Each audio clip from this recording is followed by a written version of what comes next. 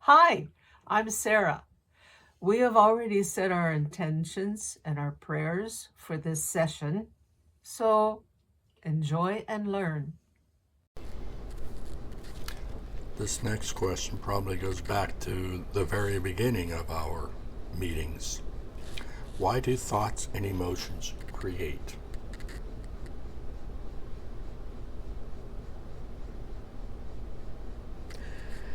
The engineer. Yes. Why do they create? Because it's part of creation, and that's existence. That's what Source wants to experience. Are they both necessary for creation? Thought and what was the other one? Emotions. Emotions. Well, they go together, but the stronger the emotion, the more it supports the thought and is more apt to create something or someone from that. You can have an emotion, you can have a thought, and they might come together and create something, but if it's not, it doesn't have to last. It can disappear. It can be like a little speck and then go away. Or it can be something that you feel throughout the day because of your anticipation of something. You've created a situation with your thoughts and your emotions. And then as you deal with it, it can go away. Yes, there are degrees of creation, shall we say.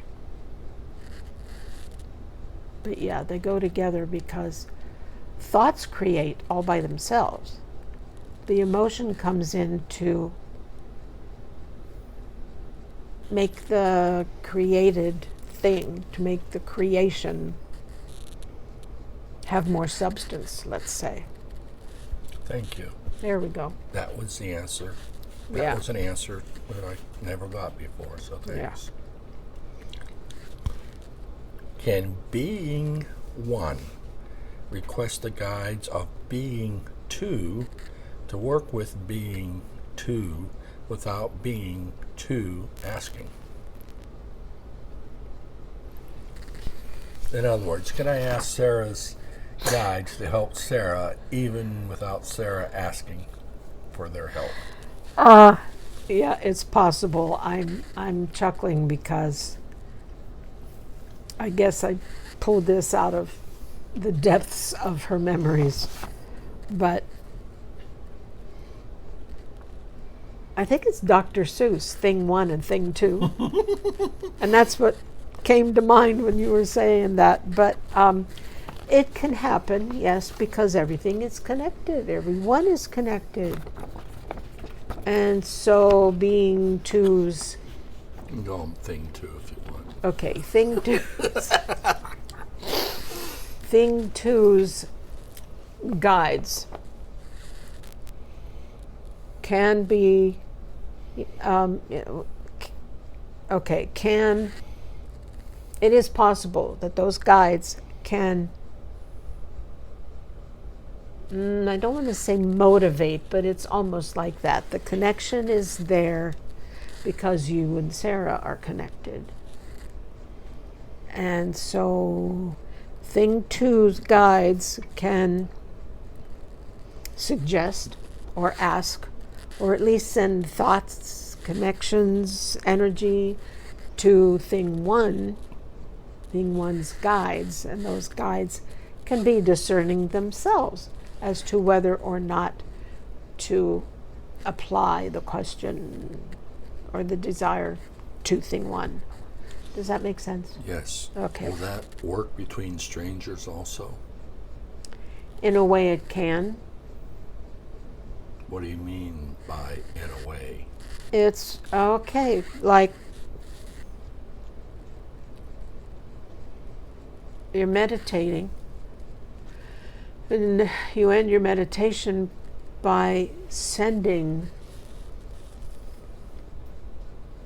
happy thoughts, good thoughts, the desire for kindness and compassion to go out to the world, and that's how that works. It's picked up by guides and guardian angels, and it builds on that and lifts people up. It may not change everybody immediately to be enlightened and happy and, working together, but it helps. Okay, thanks. In the last session, you said that things that happen to us in our current incarnation can affect us in the afterlife. Is that in a form similar to a memory, so to speak? It's more of the emotion connected with the event. Explain, please. I would have thought that was the explanation. Well, that was the explanation. I understand the words, but I don't see how the words relate to one another. We've been saying pretty much the same thing for a while now. I'm dense, remember? Okay. Like most engineers are. Okay.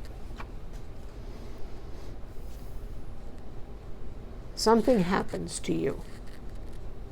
You do have a memory of it, no matter how you have dealt with whatever it was that happened, good or bad, happy or sad, joyful or non. There is a memory in the consciousness. When that consciousness moves on and gets rid of the physicality, it's still all there.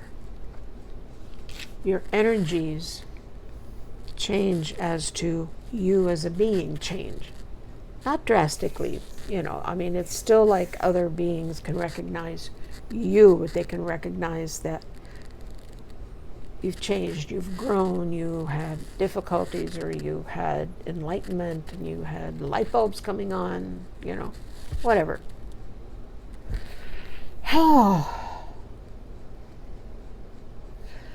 So that is how you as a corporeal being have memories and emotions and thoughts and energies that affect your own energies, which when the body's done with, that's who you are when you pass into the afterlife, let's call it. And then as you learn and grow there, your energies can change as well.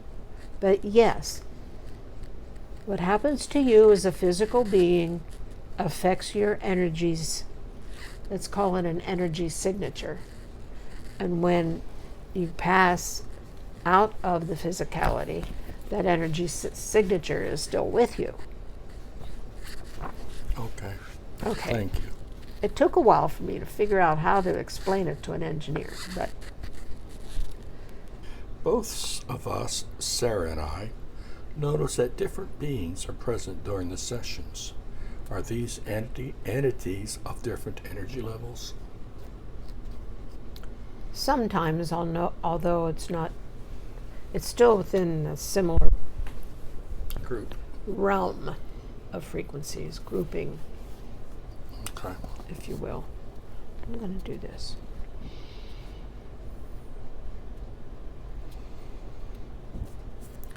This may be obvious, but if it was, I wouldn't be asking it. All right. What's the difference between ascended being and lower energy beings? Are all ascended beings of a higher energy than the lower energy beings? Yes or no? Suffice. Yes, Okay. but what came to mind was, well, duh.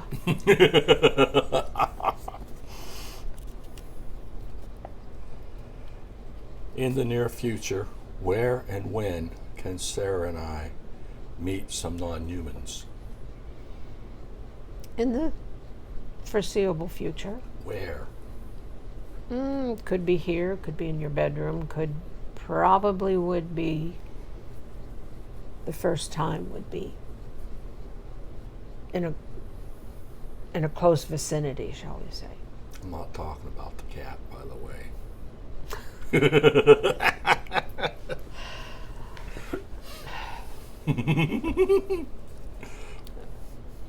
Just move on. Back in session 9, the visitor mentioned that animals have a small spiritual presence. Is that a reason why they are afraid of us? A small spiritual presence? Yes. Well, like humans. Like ours is bigger, theirs is smaller. Well, Or isn't it true?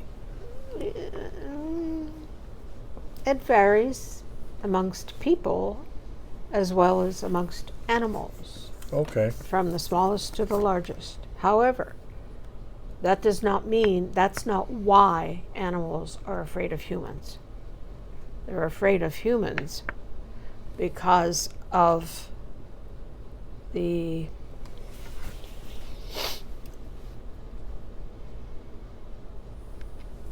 I don't know the word for it, but the collective memories of all animals from time immemorial and being mistreated by humans. And not just, somebody who shoots a cat or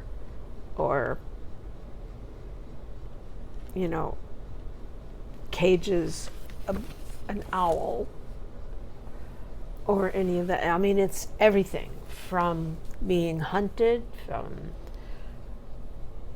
and some animals have it. And like I said, it's a collection of billions of years of animals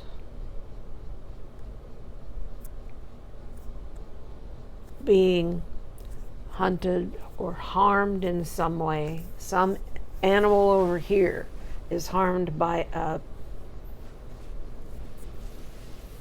not a pseudo, what's it called? Anyway, a pre-human. Not a Homo sapiens sapiens, but a precursor. And then that fear is felt by every animal. And it just keeps collecting, and it's something that animals can.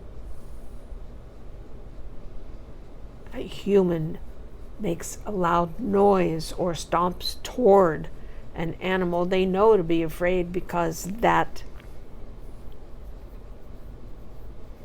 there is a word for it, and I cannot think of the word. She cannot think of the word. Can I? She's not giving me the word because she can't think of it either. But anyway, the sort of like the collective animal consciousness.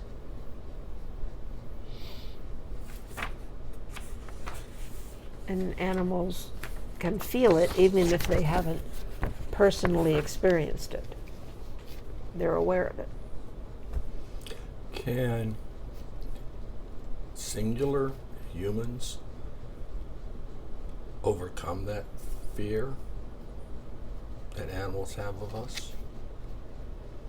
Well, that's what happens when humans care for animals. You've heard stories and seen, I guess I should say videos of even tigers raised by a human for a while, then they were released into the wild, and when they see that human again, they remember that human, and they're happy to see him. That human and cat are connected. Well, yes, we're all connected, and there's connections everywhere, but specifically connected. You too are that way with your pet feline. Mm-hmm. And so these particular animals might be fearful. If say, Haisha were to get out of the house somehow without the harness and leash and string or whatever, and take off running because he wants to explore, but then he's fearful of cars because they're big and noisy. Also and there it is again, but that collective fear of cars because cats have been hit by cars and killed by cars. So that's in their collective consciousness, so to speak. But if he were to get far enough away because noise scared him, or he was chasing another cat or something, and he wasn't real sure how to get home, and a human would approach him, he'd be wary, and he'd be reading the signals and sensing with his inner senses whether to trust this human or not. He would be discerning because it might be a teenager that wanted to torment him. He would run from that person. But if it was a neighbor saying, I know you, let me take you home, he would sense that. He would still be a little wary, but he would try to allow this other person to help him. Animals are that way. They can sense when a human being is really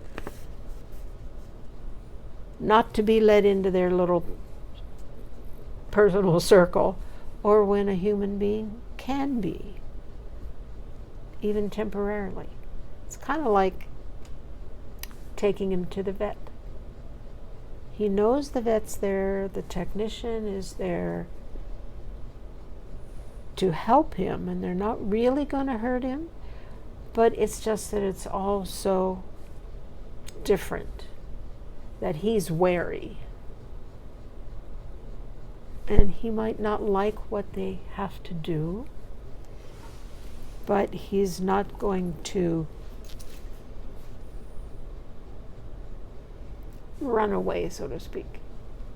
If he gets the opportunity, he might try to hide, but it's just because of the difference, and everybody's strange, and there's other smells that he doesn't like, and so there's a bit of confusion there.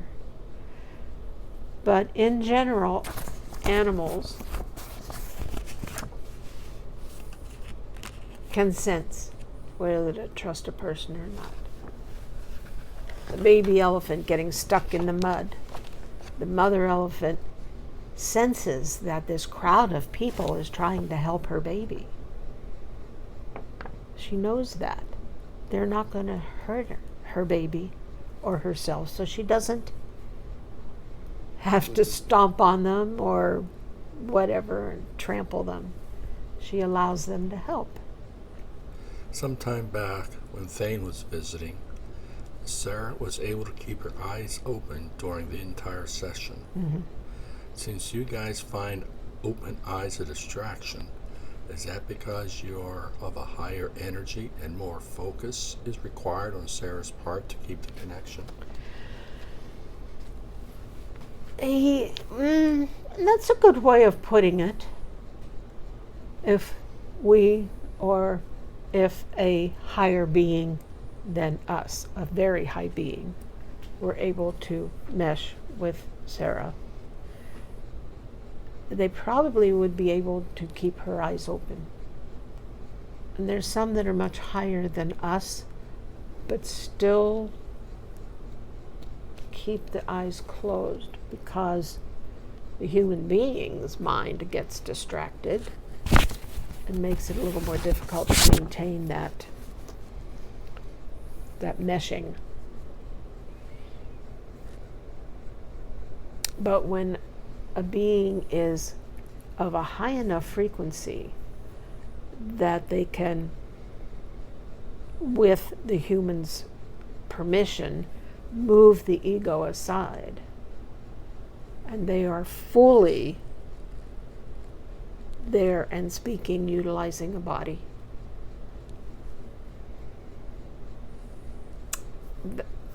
The meshing is so complete that they can open the eyes. They can do things other than just gesture, and they usually don't prefer to laugh out loud. They might smile. Well, wait until they talk with me. No, boy. They'll probably tell them to behave. In one of the books I've read, the person who was the channeler was completely out of the picture. So much that the beings that were talking through her had complete control of her body. Mm-hmm. Is that something that happens often? I wouldn't say often. Well, let me rephrase it slightly. They even had to keep her heart beating. Oh, wow. They took over the entire body. Mm-hmm. They had to keep But then digestion the lungs, going. the digestion, Yep, they had to yes, keep the all that running. functions. They kept it running, and you're talking about Jane Roberts, right? No, No? Okay. it was someone else. Because in Jane's case, Seth was almost like that. He was aware of her physiology and allowed for her body to continue functioning. He didn't have to do it for her. But his control of her body was fairly, as you know, her voice changed, her facial expressions changed, her gestures changed, her steps, because Seth would have her walking back and forth, pacing sometimes. So it was very close to what you are talking about. Because in this instance, the channeler, the being or beings utilizing her body were so invested that yes, they needed to keep her body functioning. So Seth was almost to that point, but not quite. He was a very powerful and personally strong being and had reached a high level, but not as high as the beings you're talking about, or being. I keep saying beings because I feel like it was more than one, probably. Like a team. So yeah, and it also depends a lot, I just got this, on the person channeling, the channeler themselves, how they... You see, Sarah is still too much wanting to be in control. Jane Roberts had to learn how to allow Seth in. This person you're talking about seems to be someone who, as soon as she even gave the tiniest thought of permission, boom, they were there. The team that spoke through her. It can vary. It depends a lot on the person. Jane herself was a very strong person. Edgar Cayce, as everyone knows, he was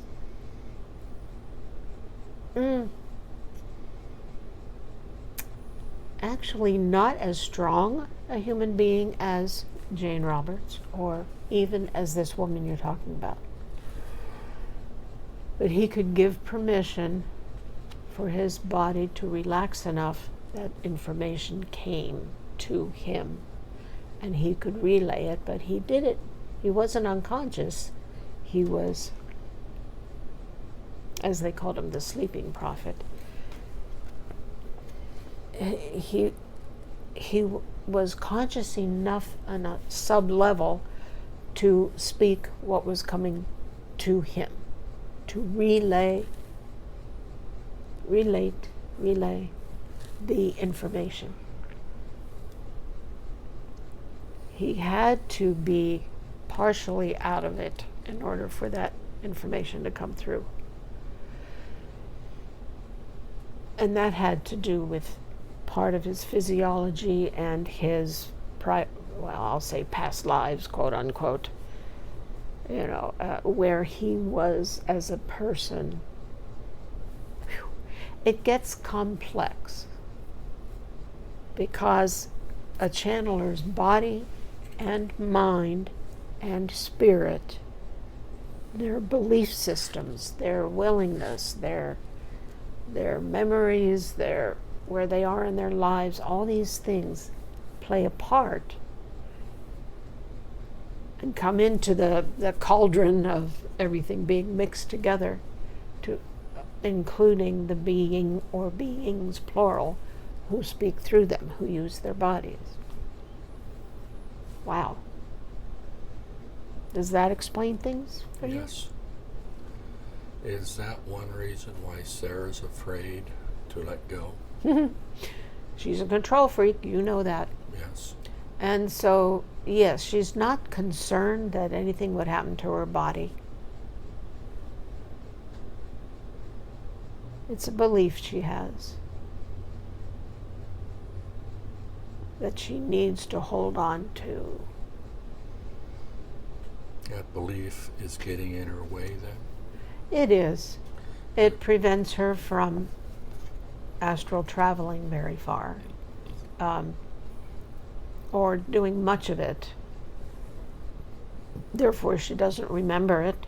She has a hard time remembering dreams. And yes, she has to put herself into a mindset to allow us in, and yet still maintains a lot of control. Can you bring to the forefront that belief system so she can work on it?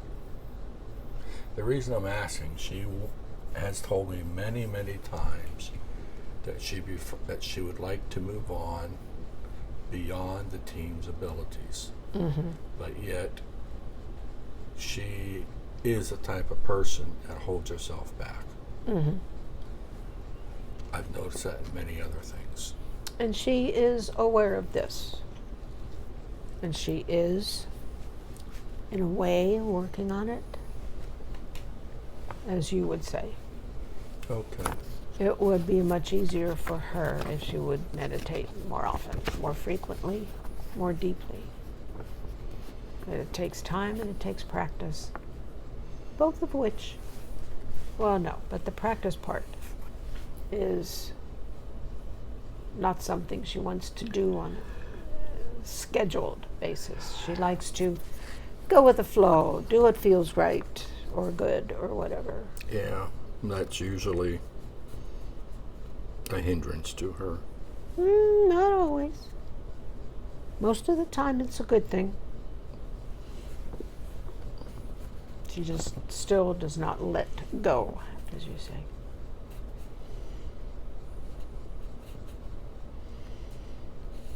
And she has been asking